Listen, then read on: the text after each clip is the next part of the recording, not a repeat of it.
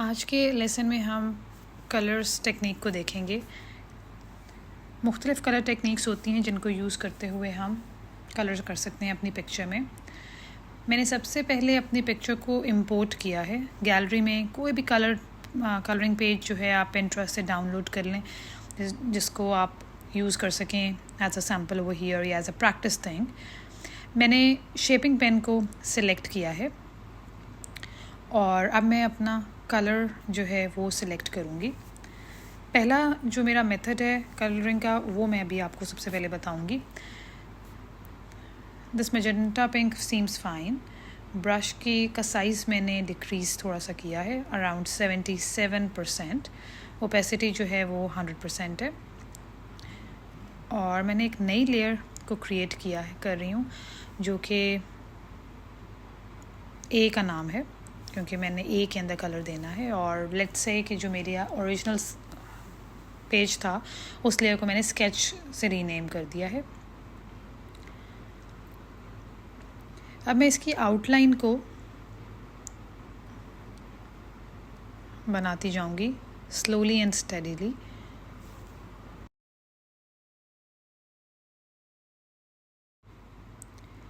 Make sure कि कोई भी लाइन जो है वो ब्रोकन ना हो। एक लाइन को जब आप दूसरी लाइन से ज्वाइन करें तो उसके अंदर बीच में कोई भी गैप ना हो। जैसा से अब मैं प्रिसिजन वाला काम कर रही हूँ तो मैंने काफ़ी जूम इन कर लिया है इसको, और I am trying my best कि जहाँ से भी एक जॉइंट दूसरे जॉइंट को मैं टच कर रही हूँ वो ब्रोकन ना हो, अदरवाइज़ कलर फिल नहीं होगा।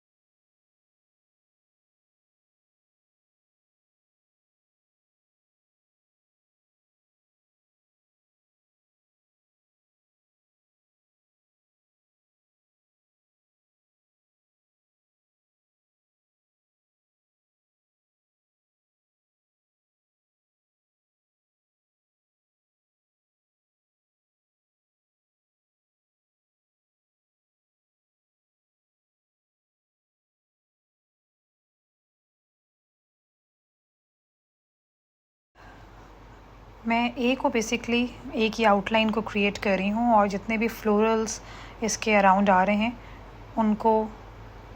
उनकी अराउंड बाउंड्री क्रिएट कर रही हूँ ताकि जो ए है जिसको इंटरनल एरिया को मैंने कलर करना है वो एक सॉलिड लाइन के साथ पूरा ए जो है वो जॉइंट हो।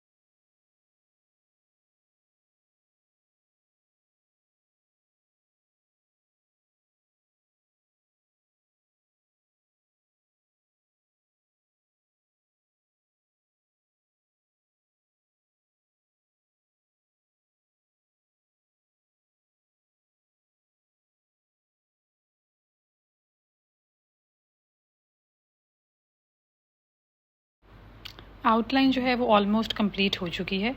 अब मैं सिर्फ ये चेक करूँगी कि क्या कोई ब्रोकन लाइन है कि नहीं। मैंने स्केच लेयर को अनचेक किया है और अब थोड़ा सा केयरफुली इसको देख लें जूम इन करके।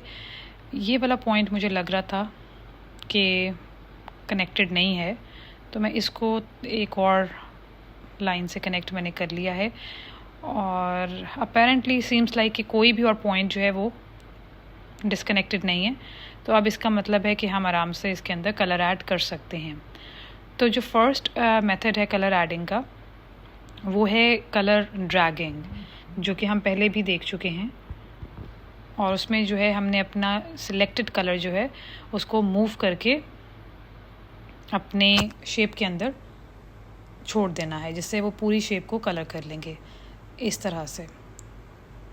और ये कलर ड्रॉप का एक ऑप्शन है जिसको अगर आप चेक कर लें तो दिस इज़ अनदर वे कि आप अपने कलर को, सेम कलर शेड को हर जगह पे सिर्फ टैप करके फिल इन कर सकते हैं।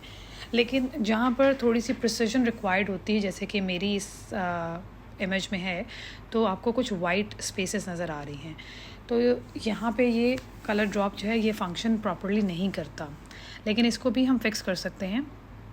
तो मैं सबसे पहले जो जहाँ जहाँ पे कलर ड्रॉप जो है उसकी ऑप्शन फिल हो सकती है उसको मैं कर लेती हूँ और उसके बाद मैं आपको बताऊँगी कि वाइट स्पेसेस को हम किस तरह से हैंडल कर सकते हैं।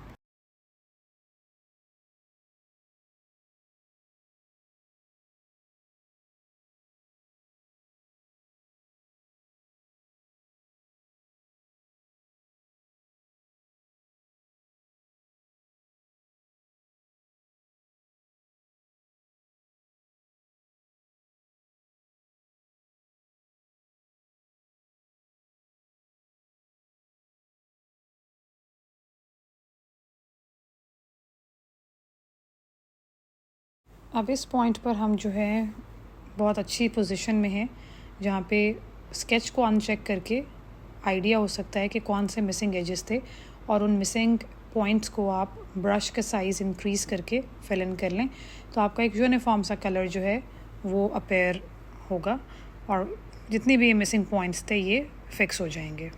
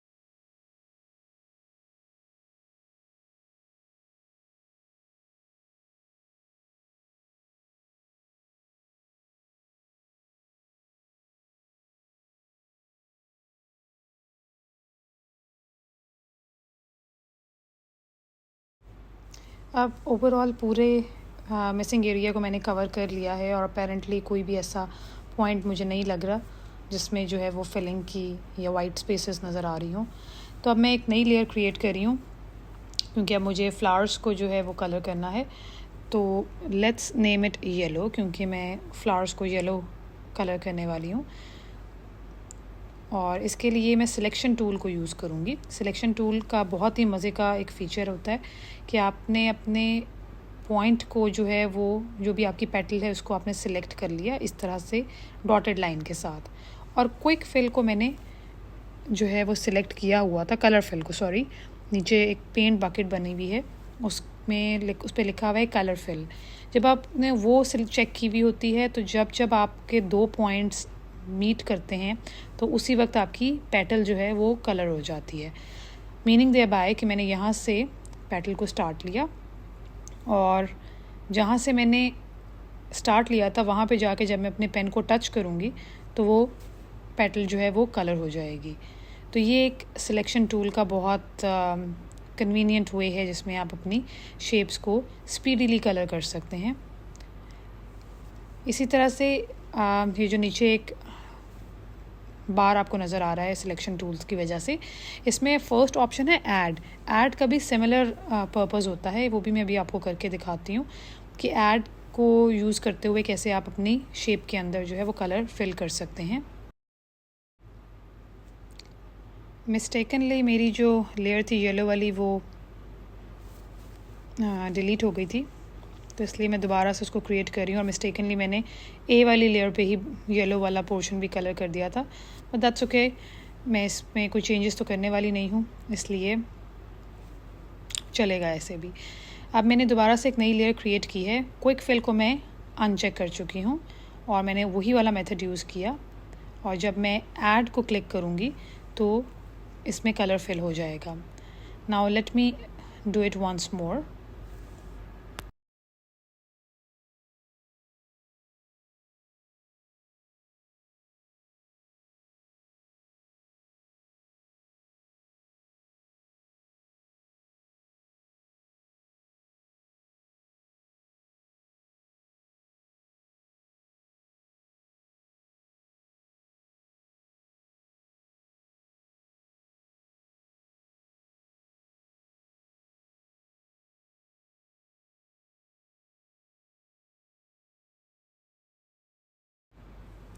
इस तरह से जब मैंने ऐड को क्लिक करना है तो मेरी पैटल के अंदर वही शेड आ जाएगा जो ऑलरेडी सिलेक्टेड मेरी पैलेट से कलर है।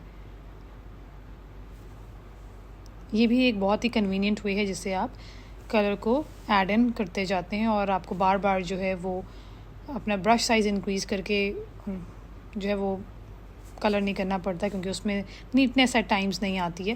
लेकिन इसमें आपने जो भी एरिया सेलेक्ट किया है, अगर आपकी आउटलाइन जो है वो बहुत ही एक्यूरेटली और नीटली ड्रॉन है तो आपकी शेप जो है वो बहुत ही नीटली फिल होगी।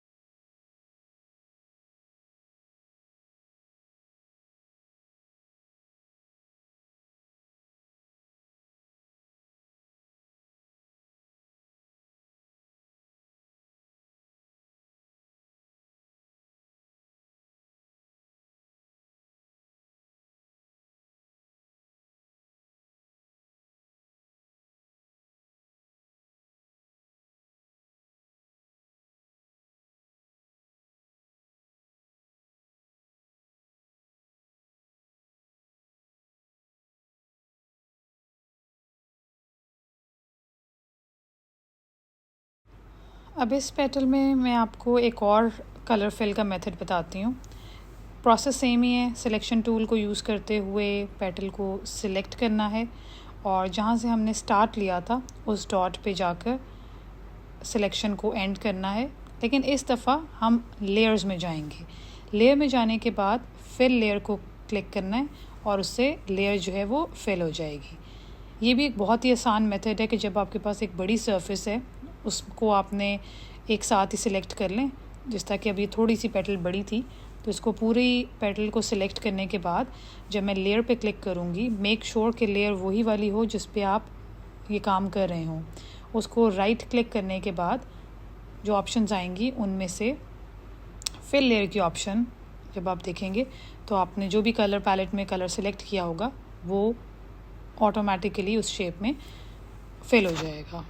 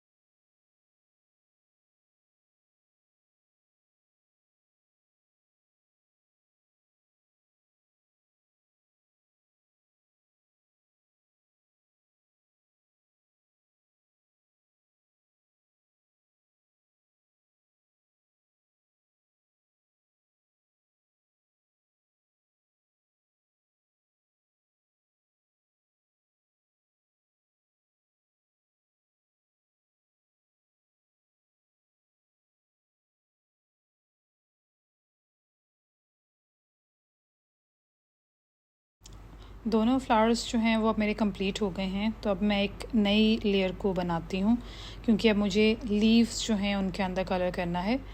तो let's create a new layer और इसका नाम लीव्स ही रखते हैं ताकि हमें पता हो कि हम कौन सी लेयर में काम करें।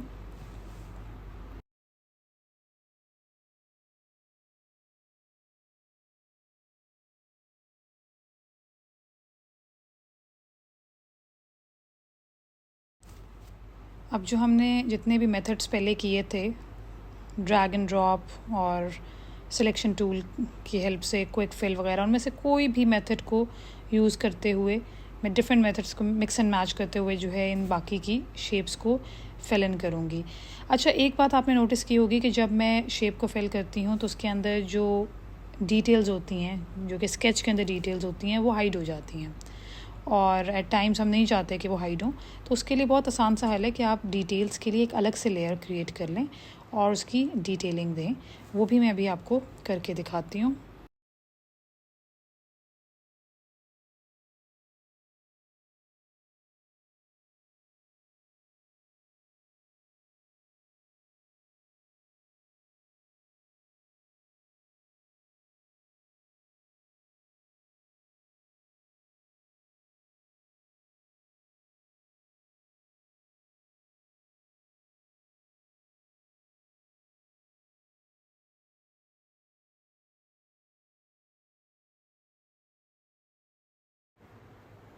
इस शेप के लिए सिंपली मैंने ब्रश साइज़ इंक्रीज़ कर लिया है और मैं कोई भी सिलेक्शन टूल या ड्रैग एंड ड्रॉप को यूज़ नहीं कर रही हूँ।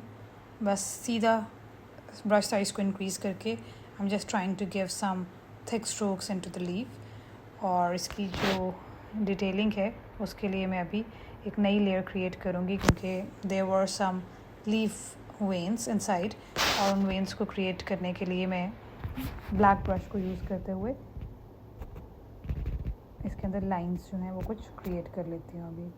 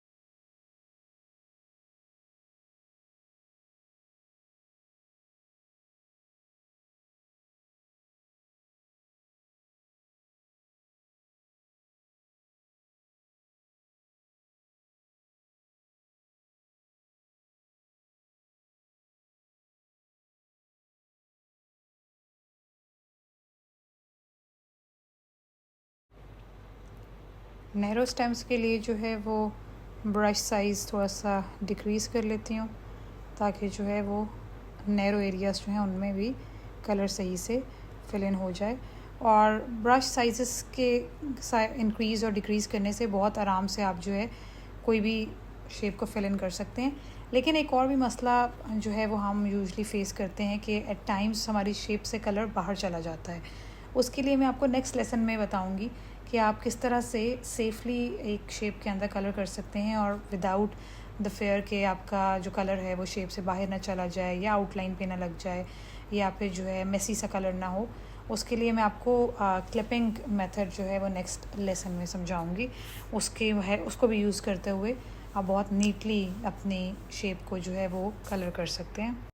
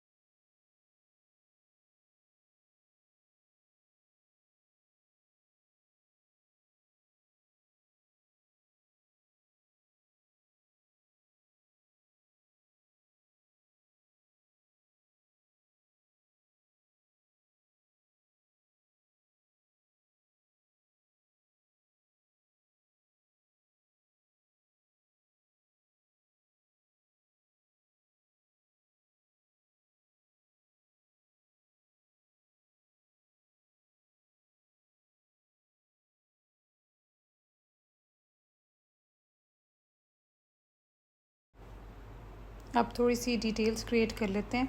तो मैं अपनी लेयर को डिटेल्स का नाम दे रही हूँ और मैं कुछ लीफ वेन्स जो हैं वो ब्लैक कलर के साथ जो है ड्रॉ करूँगी।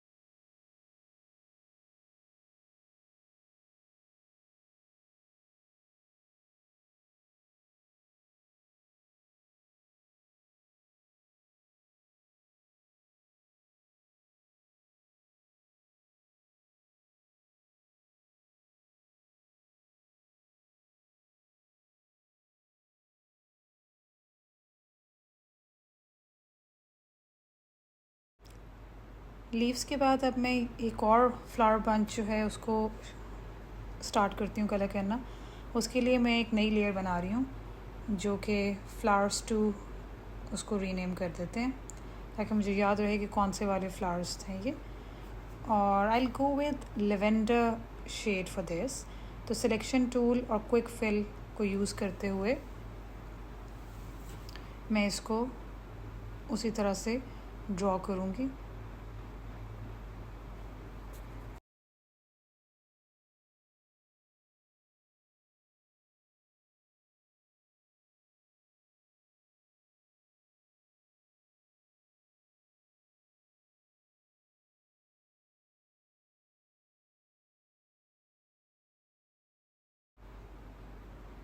और यही सेम मेथड मैं बाकी की सब पेटल्स पे अप्लाई करूँगी।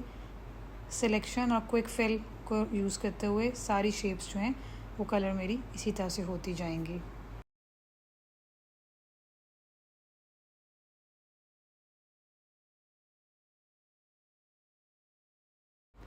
Late me repeat the whole process. आपने सिलेक्शन टूल को लेके शेप को की आउटलाइन को ड्रॉ करना है और जहाँ से आप स्टार्ट लेते हैं वहाँ पे एक डॉट बन जाता है। जब आप दो पॉइंट्स को मीट करते हैं तो उस डॉट को दोबारा से क्लिक करेंगे तो आपकी जो शेप है उसके अंदर कलर आ जाएगा। इफ़ यू जस्ट नोटिस, मैं अपना पेन जो है वहाँ पे छोड़ूंगी जहाँ पर वो ग्रे डॉट स्टार्ट हुआ था और उसके बाद दोबारा से मैं ग्रे डॉट को टैप करूँगी तो तब जो है कलर फिल होगा। खाली दो पॉइंट्स को ज्वाइन करने से कलर फिल नहीं होता, ग्रे डॉट को टैप करना आखिर में ज़रूरी होता है।